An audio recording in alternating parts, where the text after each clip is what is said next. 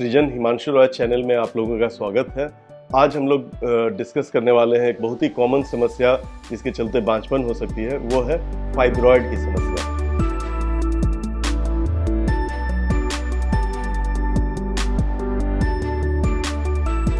Fibroid एक तरह का ट्यूमर होता है जो कि यूट्रस के अंदर जो भी मसल फाइबर होते हैं उनसे वो डेवलप होता है, उसका ग्रोथ हो जाता है जो कि रेगुलेटेड ग्रोथ नहीं होता है और ये बढ़ के फाइब्रॉयड बन जाता है। ये फाइब्रॉयड जो होता है रिप्रोडक्टिव एज ग्रुप में बहुत ही कॉमन है और सबसे कॉमन ट्यूमर है यूट्रस का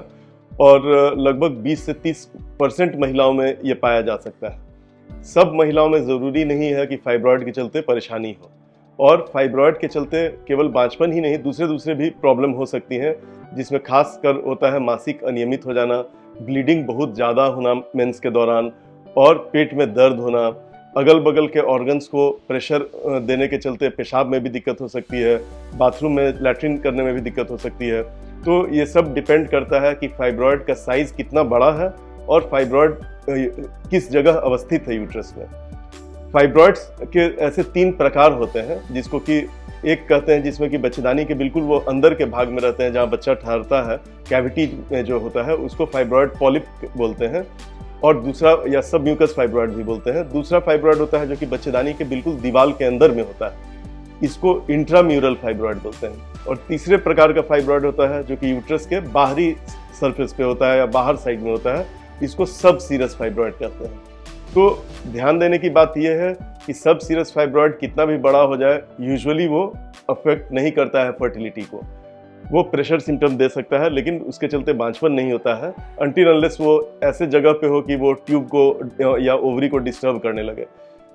दूसरा जो फाइब्रॉयड होता है इंट्राम्यूरल, वो भी लगभग 4 सेंटीमीटर तक का अगर साइज फाइब्रॉयड का हो जाता है और वो बच्चेदानी के लाइनिंग को डिस्टर्ब नहीं कर रहा हो, जो कि हम लोग को अल्ट्रासाउंड या HSG के द्वारा पता चल जाता है, तो उतना तक का भी फाइब्रॉयड होता है, उससे प्रॉब्लम नहीं है। लेकिन अगर फाइब्रॉयड का साइज उससे बड़ा हो गया, 4 सेंटीमीटर से बड़ा हो गया,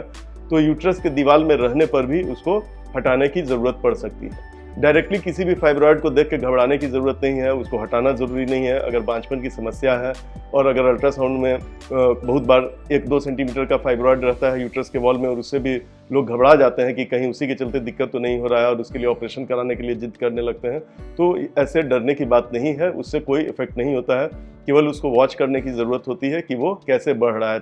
3 महीना या 6 महीना पे अल्ट्रासाउंड के द्वारा हम लोग देख सकते हैं इस चीज़ को। अगर किसी फाइब्रॉयड के में डाउट हो कि क्या है तो हम लोग इसका फाइनल डायग्नोसिस MRI से भी कर सकते हैं, लेकिन इसकी ज़रूरत कम केसेस में ही पड़ती है। जो तीसरे तरह का फाइब्रॉयड होता है जो बच्चेदानी के दीवार के अंदर रहती है, वो बहुत छोटा भी हो तभी भी उसके चलते प्रॉब्लम हो सकता है और वो तुरंत ही मैनिफेस्ट भी करता है। सिम्टम्स उसमें बहुत जल्दी आने लगते हैं, स्पेशली ब्लीडिंग वगैरह होने का या अबॉर्शन होने का ये भी एक कारण होता है। तो सब म्यूकस फाइब्रॉयड अगर 1 सेंटीमीटर का भी है या वो दिख रहा है तो उसको अच्छा रहता है कि हटा देना। कभी कभी फाइब्रॉयड का साइज़ और बड़ा भी होता है और सब म्यूकस फाइब्रॉयड हटाने का की विधि होती है वो हिस्ट्रोस्कोपी के द्वारा, नीचे के ही द्वारा, योनि मार्ग के द्वारा ही हम लोग हिस्ट्रोस्कोप एक डालते हैं और एक दूसरा औजार उसके अंदर डालते हैं जिसके द्वारा करंट के से हम अंदर पेट खोलने की ज़रूरत नहीं पड़ती है और नीचे के माध्यम से ही ये फाइब्रॉयड निकल सकता है और पेशेंट बिल्कुल ठीक हो जाता है। जो यूट्रस के अंदर का फाइब्रॉयड रहता है वॉल के अंदर का, उसको लैप्रोस्कोपी के द्वारा या ट्रेडिशनली जैसे पेट खोल के ऑपरेशन, बड़ा ऑपरेशन किया जाता है, उसके द्वारा किया जा सकता है और सब सीरस फाइब्रॉयड भी पेट खोल के या लैप्रोस्कोपी विधि के द्वारा निकाला जा सकता है। कभी कभी फाइब्रॉयड का साइज़ बहुत बड़ा हो तो काफ़ी जगह पे उसको लैप्रोस्कोपी से करना मुश्किल होता है और उसके लिए पेट खोलने की ज़रूरत पड़ती है। फाइब्रॉयड एक बार अगर हट जाए तभी भी उसका रिकरेंस होने का, दोबारा होने का चांस भी रहता है, तो यह इसके लिए सावधान रहना चाहिए। इसलिए कि जिसको भी फाइब्रॉयड होता है उसका हर एक फाइबर जो यूट्रस का होता है उसमें ये क्षमता होती है या पोटेंशियल रहती है कि वो उसमें से फिर से दोबारा ट्यूमर ना हो जाए। तो फाइब्रॉयड का ऑपरेशन करने के बाद में अगर पेट यूट्रस को चीर के किया गया है, सब म्यूकस फाइब्रॉयड या इंट्राम्यूरल फाइब्रॉयड या सब सीरस फाइब्रॉयड, तो अच्छा रहता है कि 3 महीना उसके बाद रेस्ट दिया जाए यूट्रस को हील करने का। अगर सब म्यूकस फाइब्रॉयड हटाया गया है तो 1 महीना के बाद भी आप प्रेगनेंसी के लिए ट्राई कर सकते हैं। तो ये सब अनेक कारण क्या होता है इस फाइब्रॉयड होने का हमें नहीं पता है किसी को अभी, विज्ञान को। बहुत लोग सोचते हैं कि विटामिन डी डेफिशिएंसी के चलते भी होता है, तो तरह तरह के इसकी थ्योरीज है, बट इसका कोई कारण नहीं होता है कि क्यों फाइब्रॉयड होता है, बट इसका इलाज होता है और सही समय पे अगर इलाज करा लें तो बांझपन की समस्या दूर हो जाती है।